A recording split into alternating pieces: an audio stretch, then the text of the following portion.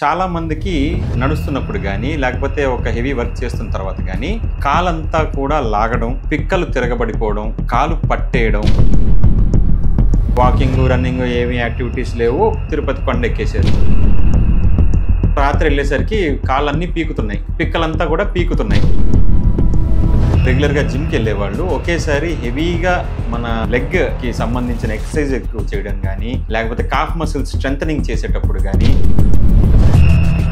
నమస్తే అండి, నేను మీ doctor Arun Kumar, consultant spine specialist, Visakhapatnam. So ఈరోజు చెప్పాలనుకుంటుంది, చాలా మందికి నడుస్తున్నప్పుడు కానీ లేకపోతే ఒక హెవీ వర్క్ చేస్తున్న తర్వాత కానీ కాలంతా కూడా లాగడం లేదా పిక్కలు తిరగబడిపోవడం, కాలు పట్టేయడం, ఇలా పిక్కల్లో ఎక్కువగా నొప్పి రావడం, ఇదంతా కూడా సహజంగా చూస్తూ ఉంటాం. దీనికి కారణం రెగ్యులర్గా వచ్చే క్రాంప్సా లేకపోతే సయాటికానా అనేది ఈ వీడియోలో చెప్పబోతున్నాను. అసలు దానికంటే ముందు క్రాంప్స్ అంటే ఏంటి అంటే, ఇప్పుడు సడన్గా ఒక సెడెంటరీ లైఫ్ స్టైల్, ఒక సాఫ్ట్వేర్ ప్రొఫెషనల్ లేకపోతే ఒక డెస్క్ జాబ్ పర్సన్స్ ఎవరో ఉన్నారు, సడన్గా అప్పటిదాకా పెద్ద వాకింగ్ రన్నింగ్ ఏమి యాక్టివిటీస్ లేవు, తిరుపతి కొండ ఎక్కేసారు. ఎక్కిన తర్వాత రాత్రి వెళ్ళేసరికి కాళ్ళన్నీ పీకుతున్నాయి, పిక్కలంతా కూడా పీకుతున్నాయి. ఇది చాలా మందికి జరిగేదే. సో దీన్ని మనం క్రాంప్స్ కింద పరిగణిస్తాం. అలా ఇంకొన్ని ఎగ్జాంపుల్స్ ఏంటి అంటే, రెగ్యులర్గా జిమ్కి వెళ్ళేవాళ్ళు ఒకేసారి హెవీగా లెగ్కి సంబంధించిన ఎక్సర్సైజ్ ఎక్కువ చేయడం కానీ లేకపోతే కాఫ్ మసిల్స్ స్ట్రెంథనింగ్ చేసేటప్పుడు కానీ మళ్ళీ సేమ్ ఆ యాక్టివిటీ అంతా అయిపోయిన తర్వాత కాళ్ళు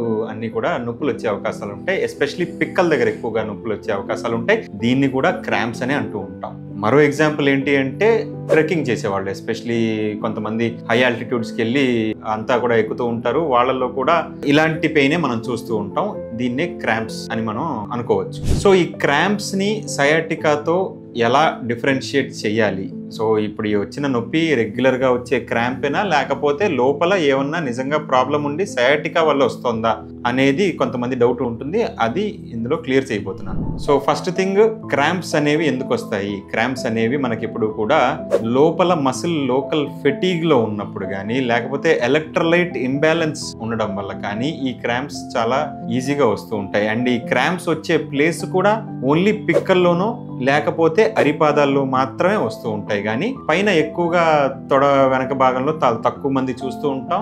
అండ్ బటక్ రీజన్లో కూడా చాలా తక్కువ మంది చూస్తూ ఉంటాం. నేనైతే ఇప్పటిదాకా చూడలేదు, చూసిన వాళ్ళు ఒక 1-2% అని చెప్పచ్చేమో కానీ, బట్ మేజర్గా ఈ క్రాంప్స్ వచ్చేవి మటుకు పిక్కల దగ్గర కానీ ఆ అరిపాదాల దగ్గర కానీ వస్తూ ఉంటాయి. కానీ సయాటికా అనేది మటుకు ఎప్పుడు కూడా మనకి నడుంలో కూడా అసోసియేటెడ్ చిన్న పెయిన్ అనేది ఉంటుంది.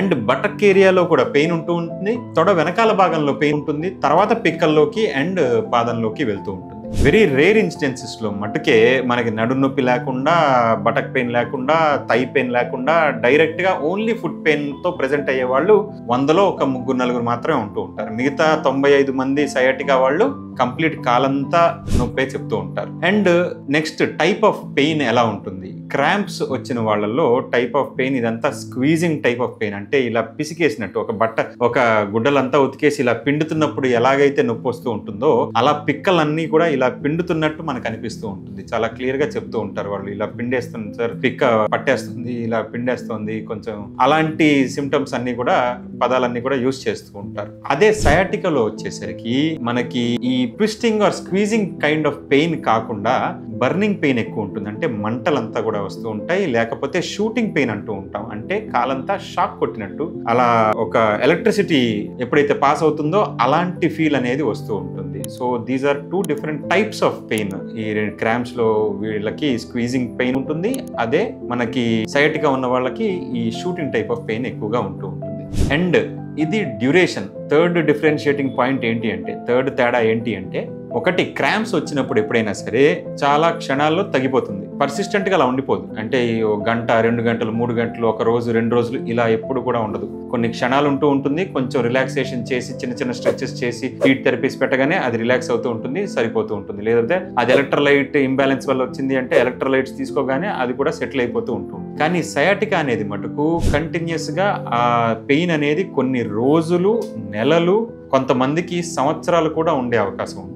సో డ్యూరేషన్ ఆఫ్ పెయిన్ బట్టి కూడా వీటి రెండింటికి తేడాలు మనం తెలుసుకోగలుగుతాం. అండ్ ఫైనలీ సో ఈ డిఫరెన్షియేటింగ్ పాయింట్స్ అన్నీ కూడా మీకు తెలుస్తున్నాయి, ఓకే సింపుల్గానే ఉంది, క్రాంప్ లాగే ఉంది, కొద్ది నిమిషాలే ఉంది, కొద్దిసేపే ఉంది, తగ్గిపోయింది అనుకుంటే ఏ స్పెషలిస్ట్ని కలవాల్సిన అవసరం లేదు, ఏ డాక్టర్ దగ్గరికి వెళ్ళాల్సిన అవసరం కూడా లేదు. సింపుల్గా మీ హోమ్ రెమెడీస్ మీరు తీసుకుని కొంచెం సెటిల్ అయిపోయిన తర్వాత మళ్ళీ మీ పని మీరు చేసుకోవచ్చు. అలా కాకుండా ఇది కొన్ని రోజుల తరబడి ఉండిపోయింది, నెలల తరబడి ఉండిపోయింది అంటే మటుకు డెఫినెట్గా స్పెషలిస్ట్ని కలవాల్సిన అవసరం ఉంటుంది. అండ్ కలిసిన తర్వాత అది ఎందువల్ల వస్తుంది అని కొన్ని టెస్టులు చేసి దాన్ని బట్టి అది సయాటికానా కాదా అని కూడా ఐడెంటిఫై చేసి దాన్ని బట్టి దాని ప్రకారంగా ట్రీట్మెంట్ అనేది స్టార్ట్ చేయాల్సిన అవసరం ఉంటుంది. Thank you.